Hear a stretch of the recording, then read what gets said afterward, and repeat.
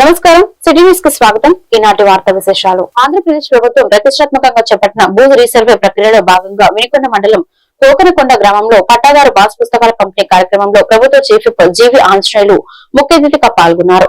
Resurvey పూర్తయిన రైతులకు ప్రజల ఆశలకు సంబంధించి ప్రభుత్వ రాజముద్రతో కూడిన కొత్త పట్టాదారు పాస్ పుస్తకాలను వారు స్వయంగా పంపిణీ చేశారు. రీసర్వే ద్వారా భూ వివాదాలు తొలగిపోతాయని, రైతులకు తమ భూములపై పూర్తి హక్కులు లభిస్తాయని జీవి ఈ సందర్భంగా పేర్కొన్నారు. ప్రభుత్వ రాజముద్రతో జారీ చేసిన ఈ పాస్ పుస్తకాల రైతులకు కొండంత అండగా ఉంటాయని తెలిపారు. జనసేన నాయకులు నిశంకర్ శ్రీనివాసరావు, రెవెన్యూ అధికారులు, నాయకులు తదితరులు పాల్గొన్నారు.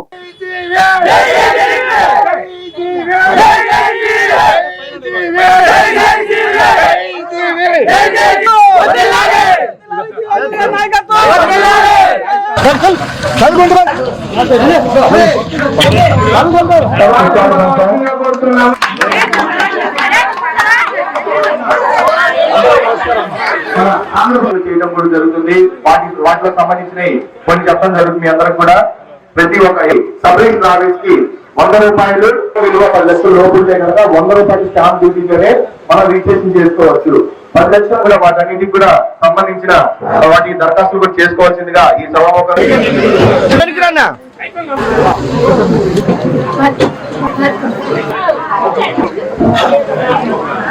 22,33,600 పాస్ పుస్తకాలు పంపిణీ. ప్రభుత్వం రాజముద్ర వేసి మీ అందరికి పాస్ పుస్తకాలు ఇస్తున్నాం. బ్యాంకులకు వెళ్తే ఈ రాజముద్రకు నమస్కారం పెట్టుకొని బ్యాంకు వాళ్ళు లోన్లు ఇస్తారు. ఇది మీ హక్కు.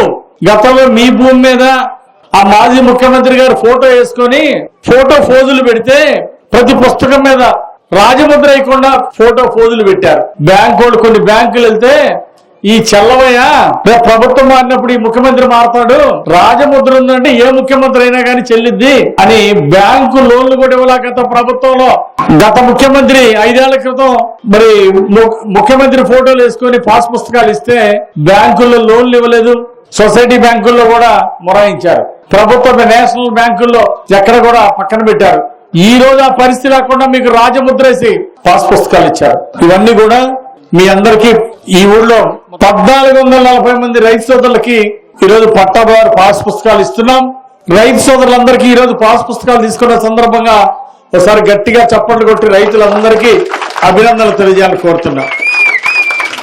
ఆ వైసీపీ పాలనలో కులాల మధ్య చిచ్చు, మతాల మధ్య చిచ్చు పెట్టి ఎప్పుడు జనాలు కొట్టుకుంటూ ఉంటే పాలకుల గురించి ఆలోచించకుండా ఉంటారు అని కోరుకునే వాళ్ళు. నేను చెప్తున్న వేదిక మీద ఉన్నటువంటి నాయకులకే ఊళ్ళో పార్టీలకు అతీతంగా ఐకమత్యం మెయింటైన్ చేయండి. ఎలక్షన్ అప్పుడు ఓట్లు వేసుకోండి. ఏ పార్టీ అభిమానం ఉంటే వేసుకోండి. తర్వాత మాత్రం గ్రామం ఎలా అభివృద్ధి చేయాలా, మన మండలం ఎలా అభివృద్ధి కావాలి, మన నియోజకవర్గం ఎలా అభివృద్ధి కావాలి, గ్రామం యొక్క అభివృద్ధి ఆశయంగా అన్ని పార్టీలు కలిసి పనిచేయాలని ఈ సందర్భంగా గ్రామ వంశులందరికీ పెద్దలందరికీ మనవి చేస్తున్నా. నేను వచ్చినప్పుడు పూలు చల్లటం, కాకర పువ్వులు బాగా వెలిగిస్తున్నారు. నేను మిమ్మల్ని కోరుకునేది ఏంటంటే మీరు చూపించే అభిమానం చాలు. ఈరోజు ఎక్కడ కూడా గొడవలు జరుగుతుంటే కంట్రోల్ చేయాలి. గొడవలు లేకుండా ప్రశాంతంగా సంతోషంగా ప్రతి కుటుంబం ఆనందంగా ఉండాలి, ప్రతి గ్రామం ఆనందంగా ఉండాలి. ఇది మన ఎన్డీఏ ప్రభుత్వ లక్ష్యం. తెలుగుదేశం, జనసేన, బీజేపీ ప్రభుత్వ లక్ష్యం అని, చంద్రబాబు గారి ఆశయం అని మీ అందరికీ మనవి చేస్తున్నా. ప్రతి గ్రామంలో కూడా ఐకమత్యం ఉండి పెత్తనం కోసం పోటీ పడటం కాదు, గ్రామాన్ని అభివృద్ధి చేయడంలో పోటీ పడాలా. మంచి సంస్కారాలు కావాలా, పక్క వాళ్ళని గౌరవించేటువంటి మంచి సాంప్రదాయం కావాలా. చిన్న చిన్న కీసులాట్లు ఇది గ్రామానికి మంచిది కాదని ఈ సందర్భంగా పెద్దలందరూ కూడా గమనించాలని ఈ సందర్భంగా నేను తెలియజేస్తున్నా. గ్రామాన్ని ఎలా అభివృద్ధి చెందాలో ఆలోచిస్తే అందరూ. పల్నాడు జిల్లా దాచేపల్లి మండలం గామలపాడు గ్రామంలో ఉన్న సాగర్ సిమెంట్ ఫ్యాక్టరీలో కేసీఆర్ కాంట్రాక్ట్ కార్మికులు ఆందోళనకు దిగారు. సాగర్ సిమెంట్ యాజమాన్య ఫ్యాక్టరీని తీసుకుని 3 ఏళ్లు దాటినా జీతాలు పెంచట్లేదని కార్మికులు ఆవేదన వ్యక్తం చేస్తున్నారు. పలుమార్లు మేనేజ్మెంట్ కి తమ సమస్యలు చెప్పినా పట్టించుకోవడం లేదని, రోజుకి 470 రూపాయల కూలీతో కుటుంబ పోషణ కష్టంగా మారిందని కార్మికులు కన్నీరు మున్నీరుగా విలిపించారు. ఫ్యాక్టరీ యాజమాన్యం ఈ సమస్యను త్వరగా పరిష్కరించకపోతే ఈ ఉద్యమాన్ని మరింత ఉధృతం చేస్తామని కార్మికులు హెచ్చరికలు జారీ చేశారు. ఇదే మేనేజ్మెంట్ మట్టంపల్లి బ్రాంచ్ నందు ఉన్నారని, అక్కడ పనిచేస్తున్న కాంట్రాక్ట్ కార్మికుల జీతానికి ఇక్కడ పనిచేస్తున్న మా జీతానికి ఎంతో తేడా ఉందని మేనేజ్మెంట్ ముందు పలుమార్లు వాపోయారు. అయినా కూడా వారి నుండి ఎటువంటి స్పందన లేదని తెలిపారు.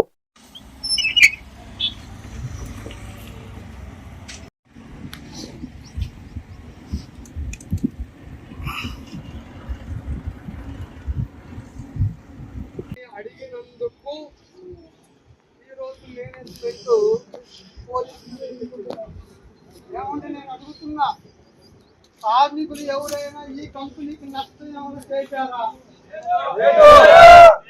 బయటికి పంపించడానికి చేస్తున్న విధానం ఇది. మన జీతాలు పెంచమని అడిగినందుకు ఇలా జరుగుతుంది. కాబట్టి దయచేసి ప్రతి ఒక్కరు గమనించాలి. పెంచాలి జీతాలు వెంటనే, పెంచాలి జీతాలు వెంటనే. వర్ధిల్లాలి కార్మికుల ఐక్యత, వర్ధిల్లాలి కార్మికుల ఐక్యత, వర్ధిల్లాలి కార్మికుల ఐక్యత. పెంచాలి జీతాలు వెంటనే, పెంచాలి జీతాలు వెంటనే, పెంచాలి జీతాలు వెంటనే. కార్మికుల ఐక్యత, కార్మికుల ఐక్యత, కార్మికుల ఐక్యత. వర్ధిల్లాలి కార్మికుల ఐక్యత, వర్ధిల్లాలి కార్మికుల ఐక్యత, వర్ధిల్లాలి కార్మికుల ఐక్యత. పెంచాలి జీతాలు. ఎన్ని వద్దన్నా మా డిమాండ్ ఏం లేదు సార్, మా శాలరీ పెంచాలి.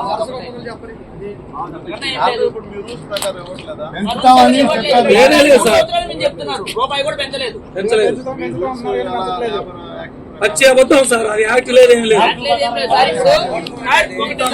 ఇప్పుడు కేసీఆర్ అనేది ఎక్కడైనా ఒకటే, అక్కడ సాగర్ ఉంది ఇక్కడ సాగర్ ఉంది. వాళ్ళకి పెంచినప్పుడు మాకెందుకు పెంచట్లేదు, వాళ్ళకి ఆఫీలు ఇచ్చినప్పుడు మాకెందుకు ఇవ్వట్లేదు. ఆ కేసీఆర్ ఈ కేసీఆర్ ఒకటే కాదా అంటే ఒకటే అన్నారు, మరి ఎందుకు పెంచట్లేదు? అలాగే పెంచాలి కదా. వాళ్ళు మనుషులే మేము మనుషులేగా, అదే అడిగాం, మా సంబంధం లేదన్నారు. తెలంగాణ అంట అక్కడ రెండు ఒకటే అంటున్నారు, పెంచట్లేదు. డే పాయింట్లు కంపెనీతో సంబంధం లేదు, అది ఖచ్చితంగా ఇవ్వాల్సిందే ఏ కంపెనీలో సరే. కానీ ఇప్పుడు మన సమస్య పెట్టడానికి మనకు రూపాయి పెంచడానికి ఈ యాజమాన్యం ఒప్పుకోవట్లా. ఎందుకని ఒప్పుకోవట్లేదు? మనం చేసిన పాపం ఏంది? మనం చేస్తున్న పని చేయట్లేదా? మనం చేస్తున్న కంపెనీ అభివృద్ధి చెందలేదా?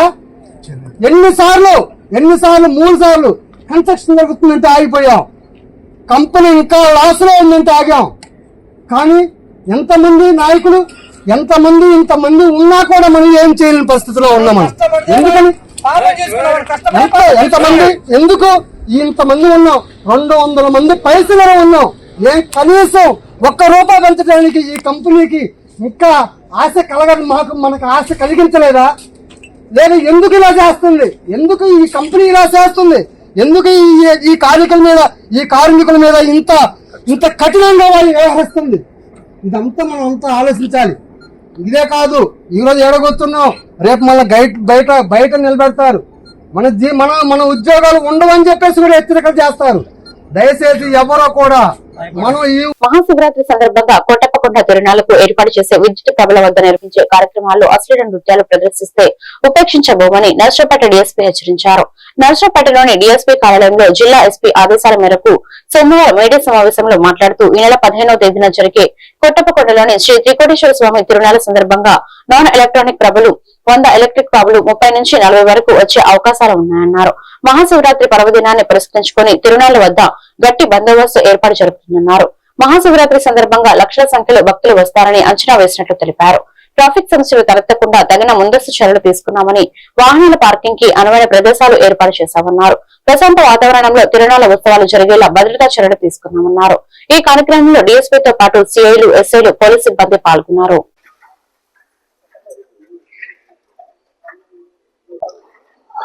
అందరికీ నమస్కారం. ఈరోజు మా పల్నాడు జిల్లా ఎస్పీ గారి ఉత్తర్వుల మేరకు ఈ రేపు జరగబోయే 15వ తారీఖు జరగబోయే కోటప్పకొండ తిరునాళ్ళకు సంబంధించి ప్రభలు, అలాగే ఆర్కెస్ట్రా వారికి, అలాగే ప్రభల్లో కరెంటు ప్రభలు మరియు కరెంట్ లేని ప్రభలు, ఎలక్ట్రికల్ అండ్ నాన్ ఎలక్ట్రికల్ ప్రభలు సుమారు 90-100 దాకా వస్తాయి. ఎలక్ట్రికల్ ప్రభలు సుమారు 10 దాకా ఉన్నాయి ఇప్పటి వరకు. నాన్ ఎలక్ట్రికల్ దాదాపు 70 దాకా ఉంటాయి. మరి వీటన్నిటి మీద నాన్ ఎలక్ట్రికల్ ప్రాబ్లం మీద కూడా కొంతమంది డాన్సులు పెడతా ఉన్నారు. అవన్నీ కూడా వాళ్ళకి చెప్పి వాళ్ళకి ఇన్స్ట్రక్షన్స్ ఇవ్వడం జరిగింది. ప్రభల మీద డాన్సులు వేసేటువంటి ఆర్కెస్ట్రా వాళ్ళని కూడా పిలిచి బయట అవుట్ చేయడం జరిగింది. ఎట్టి పరిస్థితుల్లో ఎలాంటి అశ్లీలత లేకుండా వాళ్ళు డాన్సులు చేయాల్సిన అవసరం ఉందని చెప్పాము. అదేవిధంగా ఎట్టి పరిస్థితుల్లో కూడా ఎవరు కూడా అక్కడ తాగి ఇష్టం వచ్చినట్టు ప్రభల దగ్గర అదేవిధంగా పార్టీకి సంబంధం లేనటువంటి పాటలు, అవతల వాళ్ళ కించపరుస్తూ చెప్పేటువంటి పాటలు అవన్నీ కూడా పూర్తిగా బహిష్కరణ నిషేధిస్తున్నామని చెప్పాము. వాళ్ళ ప్రభుత్వాలందరూ కూడా ఆ విధంగా బైండ్ అవుట్ చేయడం జరిగింది. అదే విధంగా ఏదైతే ఇన్స్ట్రక్షన్స్ ఉన్నాయో మేము ఇచ్చామో, ఒక పాంప్లెట్ ఇచ్చాము. పాంప్లెట్ లో సుమారు 20 ఇన్స్ట్రక్షన్స్ ఉన్నాయి. అవన్నీ కూడా ఎట్టి పరిస్థితుల్లో తూచా తప్పకుండా పాటించే విధంగా మేము ఒక 10 రూపాయల స్టాంప్ మీద వాళ్ళని బైండ్ అవుట్ చేయడం జరుగుతుంది. Police bind hour. అదే విధంగా రెవెన్యూ డీలింగ్ ఆఫీసర్ గారి దగ్గర వాళ్ళని 5 లక్షలకి బైండ్ అవుట్ చేయడం జరుగుతూ ఉంది. ఎట్టి పరిస్థితుల్లో ఇన్స్ట్రక్షన్స్ ఎవరైనా సరే డివియేషన్ అయితే మాత్రం వాళ్ళ యొక్క ఆస్తుల్ని ఫోర్ఫిట్ చేయడం జరుగుతుంది అని చెప్పేసి ఈ సందర్భంగా అందరూ తెలియజేశాము. వాళ్ళందరూ కూడా విల్లింగ్ గా ఉన్నారు మేము ఇచ్చిన ఇన్స్ట్రక్షన్స్ ని. అది వాళ్ళ కోఆర్డినేషన్ తోటి ఈసారి ఎట్టి పరిస్థితుల్లో ట్రాఫిక్ జామ్ అనేది లేకుండా ఇటు సైడ్ ఎలమంత సైడ్ రూట్ గానీ, అదేవిధంగా ఐఐటి జంక్షన్ గానీ, అదే పెట్రోల్ పాలెం గానీ, ఈ 3 లైన్లో మనకి ఎక్కువ జామింగ్ వస్తా ఉంటది. ఎక్కడా జామింగ్ అవ్వకుండా అవుట్ సైడ్ గానీ, అదేవిధంగా కొండలో ఇటు సైడ్ గానీ, అలాగే పైన గానీ, ఘాట్ రోడ్ గానీ ఎక్కడ కూడా ట్రాఫిక్ జామ్ కాకుండా ఈసారి చూసేదానికి మేము ప్లాన్ చేస్తున్నాము. అదేవిధంగా రీసెంట్ గా మా ఇన్స్పెక్టర్ గారు, ఎస్ఐ గారి ఆధ్వర్యంలో సుమారు ఒక 50 ఎకరాల చదునైన పొలాన్ని ట్రేస్ చేయడం జరిగింది కొండకు దగ్గరగా. ఈసారి అది రెడీ చేశాము.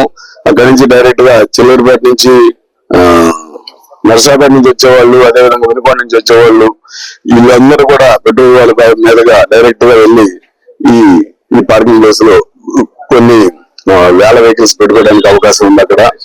అలాగే ఆర్టీసీ బస్సు కూడా అక్కడే ఆపేస్తాం ఈసారి. ఇటు సైడ్ నుంచి పోయి అక్కడి నుంచి వాళ్ళు నడిచి వెళ్ళాలి. అది అంతా 500 మీటర్లు కూడా ఉండదు. అక్కడి నుంచి కొండపైకి, కొండ పక్కనే అక్కడ షటిల్ బస్సులు ఉంటాయి. ఆ షటిల్ బస్సుల్లో వెళ్ళేదానికి ఆ విధంగా ఏర్పాటు చేస్తున్నాము.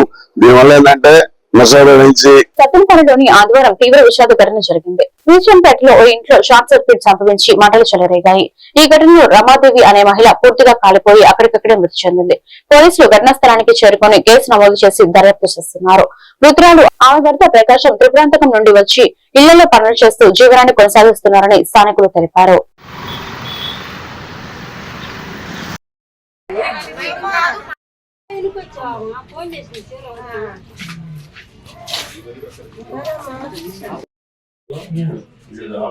సార్ రాండి సార్.